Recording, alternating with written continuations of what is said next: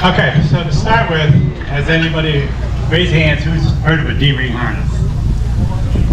So you could say this is a D-ring harness by what reason? The D-ring, yeah. This is the D-ring right here. Sort of looks like a D, okay? And that's what kind of distinguishes a D-ring harness. The purpose of a D-ring harness is to attempt to get the weight off of the top of the neck and more of the weight onto their backs. And the reason for this is when you're, well, let's logging for example, the tongue is quite heavy. If you were to come out here when the horses aren't hitched onto this and just lift the tongue up, it's quite heavy.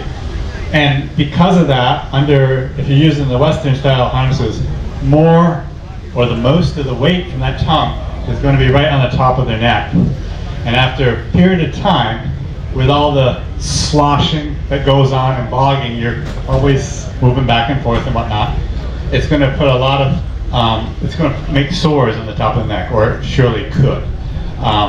So that's what we're trying to avoid by using the D-ring harness. So very simply, the D-ring harness is set up, and there's guys that can explain this even better than me, but because of the D, because of this, what I call the pole strap, it comes out here, and this is the side strap, which comes back to the breeches. And so when they're pulling, the weight that would normally be on their collar is on their backs, and we know that because this is what I call the lazy strap, but as you can see, there is no weight on here, hardly at all. We could even just disconnect these, and there's just no weight on it. Ben is sitting on it, and he's not that heavy, but he's heavy enough that I won't want to hold that, and still, there's no weight on that collar. And so all that weight is right here on the back. Now Ben has a special pad made up. I've never used these pads, but he has a special pad made up which makes it even better for having all of that weight on their back. They're less apt to get sore. In the process of logging or another thing that's really hard on horses is using a mow machine, the old type number 9 McCormick's. I can't do that. And there's other machineries where the tongue is heavy. And so all the more reason to have this D-ring, it helps out so much. But in the process of working your horse, you're going to start getting a horse sweated when you're working. Almost any job, if you work them hard enough, they're going to sweat it. Anytime you've got sweat here, you've got a better chance of getting sore also. So you can't really not sweat, but it still makes a spot or a reason to get sore there. So whether it's on the top of the neck or even back here. Because it's a D-ring harness and because we want to do this in such a way that we take the weight off their neck, it's a very tight hitch compared to your Western style harnesses. They're kind of sloppy in comparison to how tight these are. See how tight that is? I'd have to really struggle to disconnect this and take this first tug off. And that's exactly what we want. There's numerous ways to make that work better, and I don't know how Ben does it, and to the truth, I don't think too many people do it the way I do, but a lot of times when I have a setup and I want it really tight, I will actually release this. You do it that way, okay. Release this, and then I connect that up and then tighten that back up. Other people will put blocks behind their tires, and they'll have the horse's back right up, and that will do the same thing, because it'll put the tongue up in the air a little bit, and then you can hitch this easier. But I like the way of hitching the front pole straps. Just undo a strap. It works so easy. Yes, it works great. I'm not maybe as fussy as some people are of being really concerned about getting that perfectly tight, everything really tight. There's a lot of implements, especially I do a lot of farm work, so there's a lot of implements that I use that it's not as crucial. And so I don't, because of the somewhat extra time it takes to walk up there and unhitch that, I just usually go like one link less, and I'm not quite as tight as I am with some things. But so it's when I do that, that's kind of defeating the purpose of the D-ring harness, because when you do that, you put a little bit of a weight on their necks. But these horses can handle a little bit of weight on their necks. You know, you look at the guys that run Western style harnesses, it's not like all their necks are sore. So it's not like it hurts to put some of that weight up there. And a lot of times, I almost think it kind of,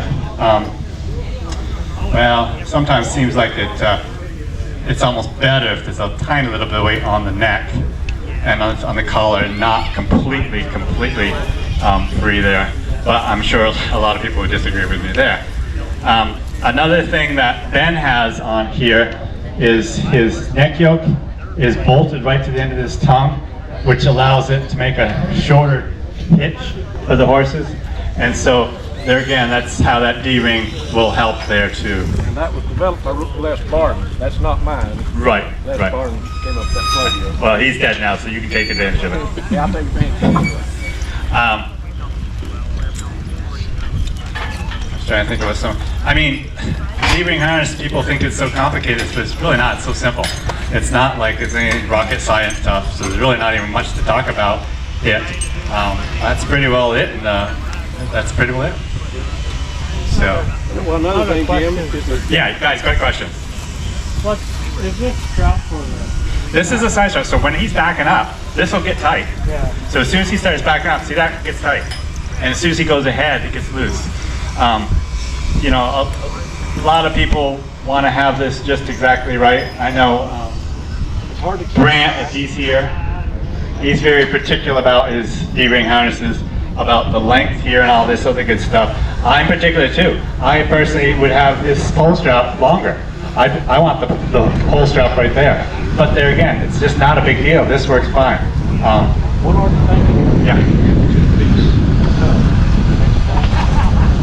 Two-piece tug, so the front one can be at a different angle than the back. Okay, I'll try to explain that. So, Ben was just telling me to explain it, and it's true. So with a two-piece tug, this is actually the front tug, and this is the rear tug. So because of that, it allows this tug does not stay straight, nor does it have to stay straight. But he's still, even though this hind tug is hitched up to a high spot on this cart, it's not necessarily a perfectly straight line at all times. But when you're going through a dip in the woods or like that, it's not going to be, even on a straight tug, it's not always going to be the same. You're dipping up and down. So this, by having this though, this angle stays more accurately the same. You can just imagine if you're going down a hill, back up again, if you had a long tug, this would kind of really shoot right up the high. Whereas that can't now, it'll stay right at this angle. And so the draft, which is where the tug is hitched onto this cane, and where it connects, hits into the shoulder, is so important to keep in the right spot, especially with logging, because that's when you need the most power. And if this is too high or too low, you're going to lose power. You won't have the right power. This is supposed to be at a 90-degree angle, but this is a new collar. And best I can tell, it looks like I'm needing to drop this down. This is not at a 90 degree, as it should be. To tell you the truth, I don't even know what 90 degree is or 100 degree. I always just go by looks, and I can just usually tell by looks. That's a little bit of an acute angle, it's not a 90. So I need to make an adjustment on this one right here. And so tell us how you're going to do that. The way to adjust it is to let it right here and to let the D-ring down and tighten the belly band up a little bit. I just noticed that. Okay. But he's just been wearing this collar for a week. Okay. One thing I do like to have, and you know, this to me seems too short, and it works fine, I'm sure. But I really love it when things are just perfect, in my opinion, is this to be an actual straight line right back to his breeches. So this is straight right here, and then you'll see this drops quite a bit. I prefer having it right straight through, and that's just my preference. I don't think it makes a huge difference, but it is my preference. Well, I need a longer strap here, and if I had the longer strap, I'd probably end up having to tighten things up to lift that up. Yeah, give him a mic so he can talk. Well, there's a belly band needs to be What's that? Snugger than on the Western style. It doesn't need to be the belly band.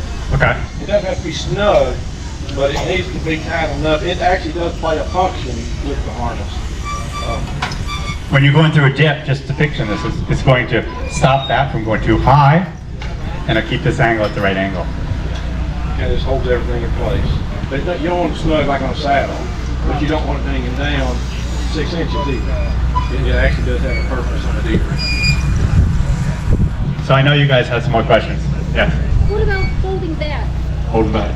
You know, when you're like yours are going down a hill, Yep. and you tell them to hold back. What part of that harness is doing that for you? Well, the bridgehead, just like it does on any other harness. I mean, if you even back them up, you can show it. Maybe it looks like you sort of did earlier. But as he backs up, it's all right in the bridgehead. There's a lot of different kinds of bridgeheads. I'll show you in a second. But see, as he backs up, and when he backs up, that front tug goes really loose. But you'll see this stays snugger, and this is tight. Back that up. Being an empty cart, it doesn't really show it. But if you're coming down a hill with a heavy load, it really shows.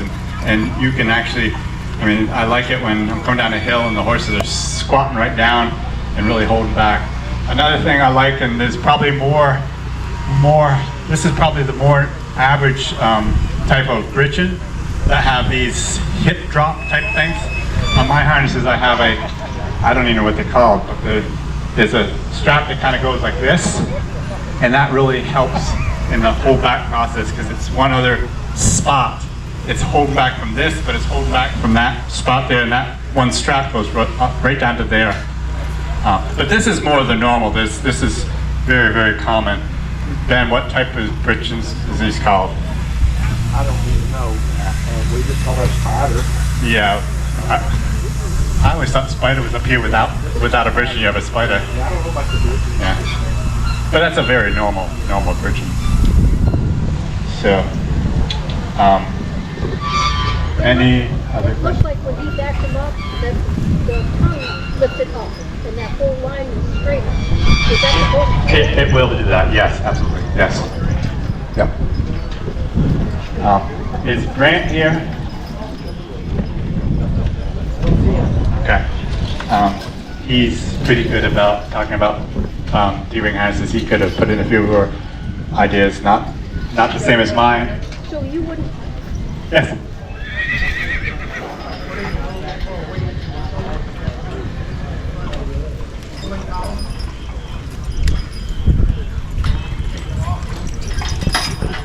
I don't really see how.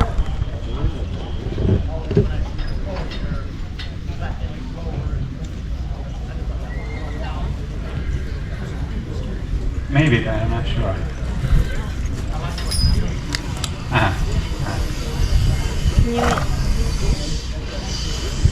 Can you repeat that, sir? Any other questions? You wouldn't use anything else but a D-ring for the work that you do.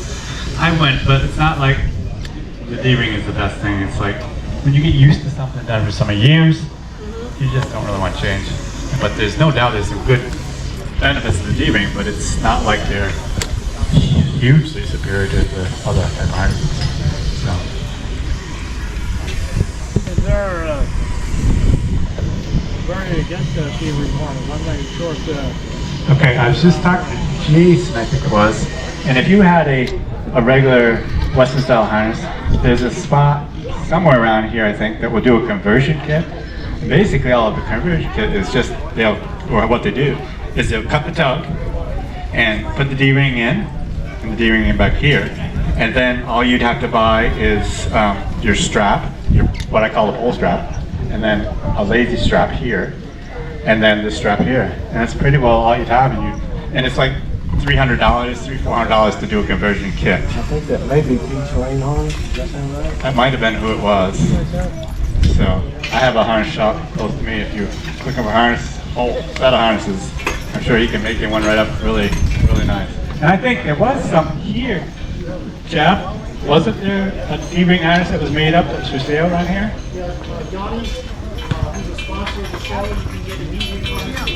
And they're here. Yeah, that's what he's saying. Yeah. Okay, so this. I bought a set from the village market shop. Okay, but somewhere out here, Yanni's is here, and they actually have a D-ring harness for sale. I don't know if it's a bio or nylon. So for you guys that don't know, this is basically a nylon harness. Perfect. And this is a bio harness. It has nylon inside. The nylon is the strength of the harness. The bio is just the looks and the smoothness.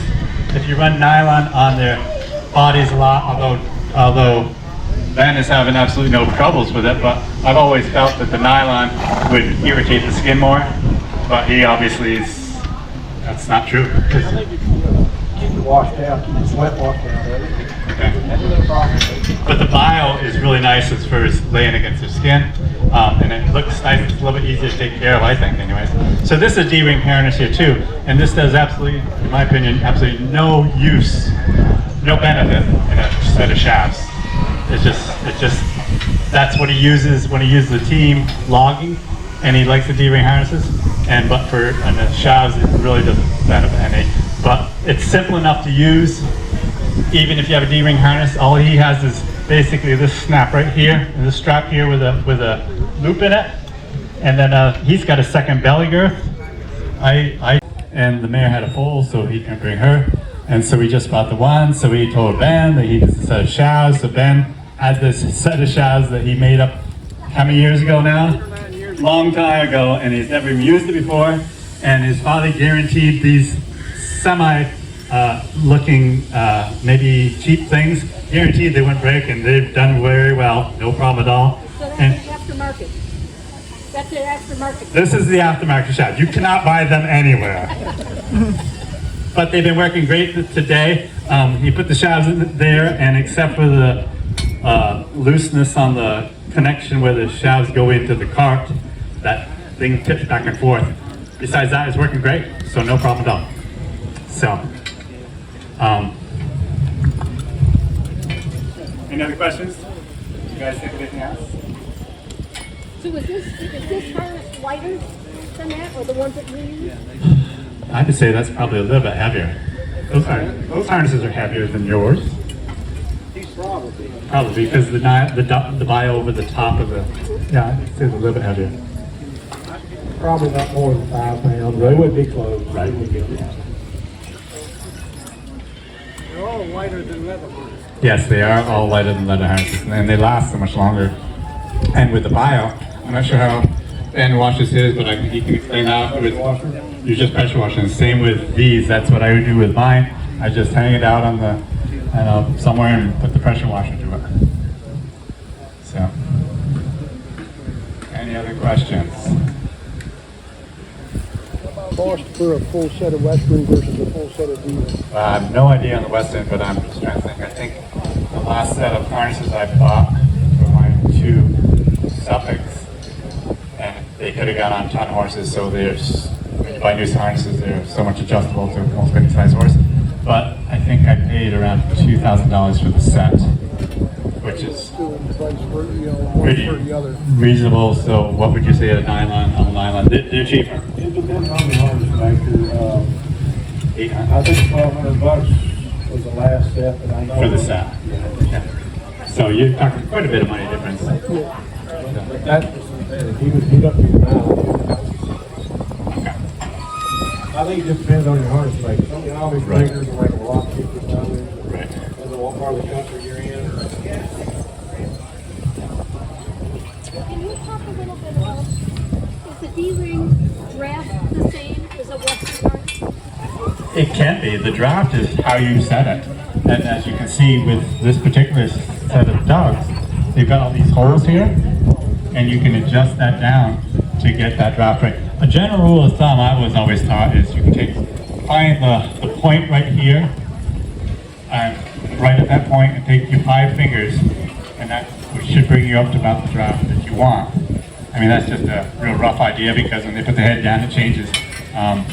That's a whole nother ball game when you go to getting the draft right, and then even in the horse pulling, when people pull horses, they tweak it so much just to get that last little bit of pulling power out of the horse, because that right there has so much to do with the pulling power on a horse. It doesn't matter if you're at a professional horse pull or if you're just in the woods getting at your firewood. If you can pull that log out so much easier just because the way you have your harness adjusted, it's way better. It's way better. Hey Jim, we got the freshman. Oh, I don't know the professional. Okay, this is Ainsworth. This is Grant Ainsworth. Hi, Grant. I haven't even said hi to you yet. He actually has a YouTube channel out there too, called the same thing. And I know he has talked about D-ring harnesses quite a lot. And I'm going to say I don't think there's much difference except for your length here. And I don't know if I even agree with you, but you're very particular on the length from here to here. So fill us in on that and tell us why you have those thoughts. Hi folks, thank you Jim. Well, I learned this from Les Barden, and he was particular on the 22 inches from the ring to this dot on your hands. But most of the harnesses I bought were longer than that, more like 24 inches, and I just had a hard time making them function when this was longer. I still had weight. You know, these chains or straps or whatever you use were still carrying weight. And once I shortened that up, I just found it a lot easier to transfer that weight up here onto the back pad. And when a horse backs up, if this is too long, I just found it to kind of curl, and I found a shorter length to work better. I don't know. Does it depend on the size of the horse? Not as much as you'd think. Yeah, I work horses anywhere from, you know, some of the little guys might be 1,600 pounds on up to well over a ton, and maybe a really big 2,400 or 500 pound heavyweight would be different. But Go ahead. no, I don't disagree with him, but my dogs are not that length. They're 22, 23, 24, somewhere in there. What I have done, and I have no problem with this popping out when they're backing up. What I have done though, when I've had a horse that it was extra long on, and I've had them extra long, but I would actually take the belly girth, instead of hitching it to the D-ring, I would put it around the toe. That would keep this down where it belongs to keep that angle the same spot. So, like I said, I don't have to do that. Well, one of my horses, I do that even now. But I don't have to do that, and I'm not totally disagreeing with you on those lengths. I guess I don't quite see it yet. well, everything's a work in progress. I've spent about 6 years I've been using daily using the D-ring harness. I've been familiar for longer than that, and I find myself changing stuff all the time and finding new things, and it's not part of the culture where I live, so I've had to learn it from people like yourself or calling people or just trial and error. I know one colt, these front yokes were banging into his chest and causing a sore, and I had to let him out a little farther than I did anybody else. I know also growing up in Vermont, which is right in the heart of D-ring harnesses, and there was nothing other than D-ring harnesses. There's no such thing. They were always 24 inches. Always. Yes. Always. Yep. And I'm not saying, I mean, we can do things for a long, long time and do it wrong for a long, long time. So I'm not saying it's a way better, and I'm just not quite seeing it yet enough to change mine. And I'll tell you, I don't remember measuring mine. I just know Les always said 22, and I did have one set that was too long. Maybe they were 26, I don't know. And it was a smaller horse, I will say that. But the one long job we just finished had a lot of odd terrain. One horse might be down low and the other one was up higher. They might be going down and uphill. It wasn't like a steady uphill climb. And I really saw that D-ring doing its job particularly well on that job. Well, I was just telling them, if you didn't have this line of draft being a one solid piece, it's going to go straight and it's going to go up higher. And when this back is higher, even with these tugs, if that back is higher, it's going to change the line of draft there. It won't have the right draft. Whereas this is going to still keep it at that right angle to get the draft. When I first got here today, they had a pair of Percherons hooked to that machine right behind us that measures horsepower. And they were doing a nice job. I didn't even know what the machine was doing at the time. But the tugs were back here. And the D-ring harnesses, I think everything would have stayed in place pretty well, and the horses would have been more efficient. Even better yet, I think, would be to hook a cart right through that. They did that. Yeah. With this team right here. Are they going to do it again? Not today. They want Jason to do it with his single horse, so I don't know if he's going to or not. Can you talk a little bit about why you use the folk rather than Why do you use what? the folk horse rather than Percheron? Oh, well, I've got Percherons, Belgians, and Suffocks, and I love them all. I'm not a Suffolk fan, I'm not a Belgian fan, I'm not a... I've heard of different horse diners out there. I'm just curious why. Well, they're really nice horses, really nice. And I've got quite a few myself, and I'm really happy with them. So, Are they, how do they compare with Belgian? Like there are different characteristics. well, let Jason talk, he'll be here all day long. So I'm going to answer that question for you. I thought we'd been here all day already. How do they compare? I don't know. That's one of my problems. I got such a good Belgian that is so good. I have to work my Suffix with him, and when I'm comparing the Suffix with my Belgian, it doesn't put them quite as high, but yeah, it still does because they are doing so good with him, and these guys do great. So, I mean, a horse is a horse is a horse, you know. Of course.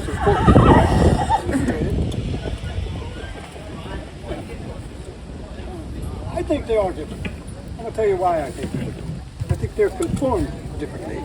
And You notice something about these Suffolk horses that you can see instantly. Just look how low set their knee and their hock is, and how short the cannon bone is as a proportion of the overall leg length.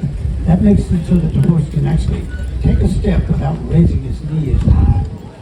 It's pretty cool. And that makes it more efficient. That definitely gives them an advantage. I think geometrically, geometry-wise, design-wise, and so I think that's just what it is. Yeah, they are. So I think that's a big factor there, the conformation. Plus, they've been bred for nothing but farming for 500 years. They've never been a show ring horse. They've never been bred for looks or flash. But they are determined. And they, in England they used to have pulling contests by hooking the horse to a standing dead tree with a chain around it, and the horse that would stay down on the load and pull the longest with a stopwatch was the winner. Well, that's just stupid. That's cruel. It's cruel and stupid. I said in England, not in Virginia.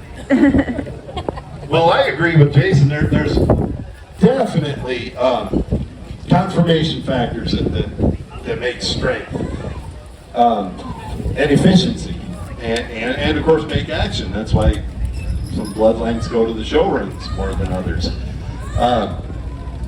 I also think within all of our breeds, you can find better examples of workhorses and worse examples within them, and that fit the conformation better. I'd say back in the 30s, every one of the major breeds, I don't think there was much of a difference back then. You might as well have one horse as another, from a Clydesdale to a Shire to a Percheron. It didn't matter a lot. Percheron, they said, were a little known for having a steep croup, but not all of them, of course. But we bred away from that, and it's been the show ring that's kind of hurt us some with that. Yes. One thing that Brenda always talks about is how kind these horses are. Oh, she loves these songs. I love the Suffolks. No, I don't know. I like them a lot, but she's just. I love 'em. If I'm gone, if she still gets the Suffolks, it's okay. Yeah. But she's dealing with all breeds all the time. Yeah. And But so- she loves the rest of them too. Oh, she does, yeah, Oh. yeah. But these guys have a lot of heart. They do. Whether they're working or just lawn ornaments or whatever they are doing for you, they have a lot of heart that goes into it. Yeah, that means they're determined to get in trouble if they don't have a job. Yes, that's right, they have to have a job to be happy. They're like having a border collie in an apartment. It's a bad idea. If you got a supper, you better have something for them to do. They're going to tear the fence down, or the gate down, or They're trying to move fences tear for something you. up. It doesn't matter what the breed is. The best horse is a tired horse. And they're tired because you've been working them. Best color is the sweat. Sweaty. Another point I'll make about the D-ring, I don't know, maybe it's been made, but when everything's fitted well and they're pulling under a load, like if they were going up this hill, even with the empty cart just going uphill, this britchin hangs loose and it doesn't rub on them with every step. And I think that's even more pronounced with your traditional basket style britchin than it is with what we run. But you don't have that with other style harnesses so much. What do you call that style right there, Bruce? We had that question earlier. I don't know what that's called. I don't know. I don't know what we'd call that.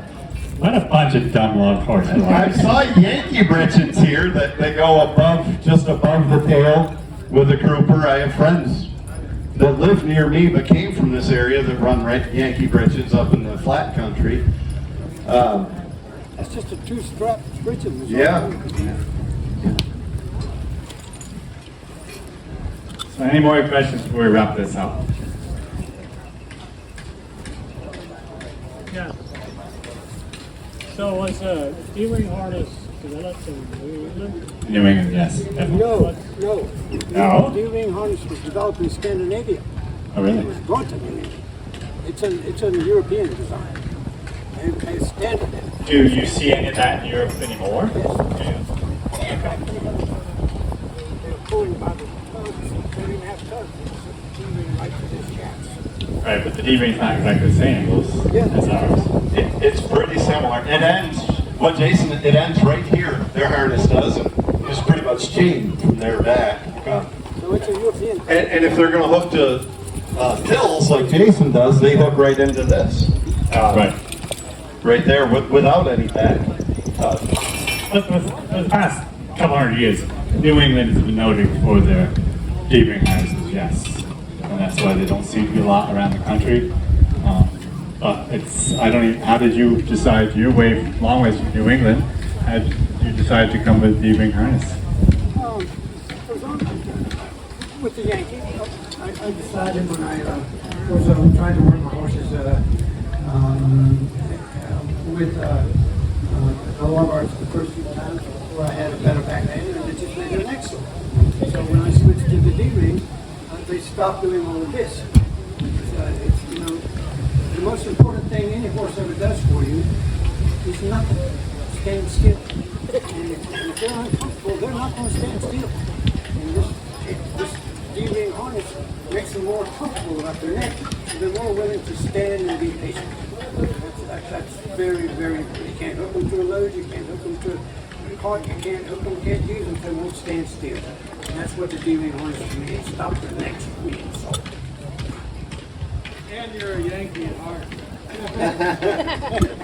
Now, if I'm not running a D-ring harness, just the regular Western style harness, I'll set my collars a little tighter. But with the D-ring, I'll fit them a little looser. And the reason I fit them tighter, because with that other style harness, the collar's always moving. Every time you hit a bump with that cart and this tongue sways, see, that's swaying, but the collar is not moving. With the other style harness, and if these are tight, or if it's hooked right here, when that tongue sways, so does the collar, and that collar moving is what causes the sore. And so to help prevent that, I try to fit the collar a little smaller. And something else that we do and have done is our breast yokes, our jockey yokes, are wider than the ones that you buy, the little red wooden ones. They're only like 18, 20 inches. Those jockey yokes are at least 24 inches wide. But so they aren't that wide. They rub the horses on the side of the limbs and make them sore. I don't care what kind of material it's made out of. It's rubbing their side all the time. It's going to make them sore. So we made our own custom. We learned this from experience. We tried to use them little red jockey yokes, and the horses just got galls on the side of their arms, the side of their forearm up there. So you have to make custom ordered jockey yokes. Make them wide. I'd say this should be the same width. Well, I somewhat disagree. No, I don't know. I mean, I agree somewhat, but it depends on the horse. And this is too wide. This is what we have here. I mean, this could be a lot narrower, not even touch his shoulders, and it's not going to be hitting the thing. It doesn't matter. It could be 4 inches narrower, and this is always running the trees, and so I don't want it that wide because it's going to be hitting trees. I mean, I agree completely with your thinking, but I think the 24 for so many horses is too wide. Yeah. But he's going to get bigger horses next month. Well, you got to keep those neck goats. Yeah, I have 6 horses I work, and I only have one that really causes an issue with, but and like Jason said, I tried to pad that with this type of material, like a saddle girth would have, and that almost made it even worse because it just took up more space. But one thing I like about the D-ring, compared to just my pulling harnesses that I use that have a bridge in, everything is so centered right through that D. A lot of harnesses, I run an extra strap from the hames back here to the back pad, so the back pad doesn't continually slide back, or from the back pad here to your hip strap, so that doesn't bounce all over. And with the D-ring, everything is just so centered, it never moves. You could probably, and maybe you guys do, get away without running a tail trooper with D-rings a lot of times. I do run a tail trooper, but do you with your basket style? Yeah, I didn't used to be using these years, but I have to use these years. But it's not because it's D-ring, it's not because it's in particular, just like the trooper, to hold everything together. I do. The horse wants to reach and eat all the time. The trooper is pretty effective at keeping it from that. They just keep everything centered up. I like the trooper. Thank you. You guys all agree on the Crooper then? What would you have to give for a horse if you got to an auction like that? Or if you got to an auction and get a horse like that? He's for sale. $100 today. Anybody $100? Oh, 200. I'll give it to you. Give it to you. All the traffic program. Yeah, I think so. Ask Ben, what would you sell that horse for? Ben, this guy wants my horse. You took him to the auction. How you were going to replace him? What would you expect him to bring? I don't know. They're not any more expensive than other breeds, even though they're a rare horse. They are. You can buy a baby for $3,500 to $5,000 as a weanling, and if you raise it big enough to work, you're going to have as much in as any other breed. They're not more expensive than other breeds. I don't think they're just harder to find. They're just harder to find. You're going to put more mileage on your vehicle going to get one. In the U.S. Oh, U.S. Jason seems to know how many Suffolks are in the U.S. Well, that's there's nobody knows, and I'll tell you why they don't know. Because there's nobody knows how many Suffolks are because there is no way of accounting for attrition. Attrition means natural death. And when I was board member of the Suffolk Association, I made a proposal that if you would report your horses dying, that you would get $10 off of your annual membership so we could have accurate records. And they put that policy in place for a while, and that gave us some more information about attrition and natural death. But everybody doesn't do it. They'll give you $10 off your annual membership if you report gelding a horse. So we've done things to give incentives, to give reasons to keep accurate records. But people don't care. The people that have these horses, most of them don't really care much about all of that registration. They got the horses to work the horses. So, given all of that, my belief is that there are under 1,000 in the United States. How can you we have not had more than 100 babies born in 25 years. So they die faster than they're being born. So attrition is taking its toll, and I suspect 600 would be an accurate number of Suffolk horses in all of North America, Canada included. And that's just my guess. Nobody can prove otherwise because nobody knows how many are alive or how many are dead. We had a few more questions, but we ran out of our audio, so we had to call it quits. I do want to thank Jason Rutledge, Ben Burgess, and Brant Ainsworth for helping me in this D-ring harness presentation. We shall see you next time.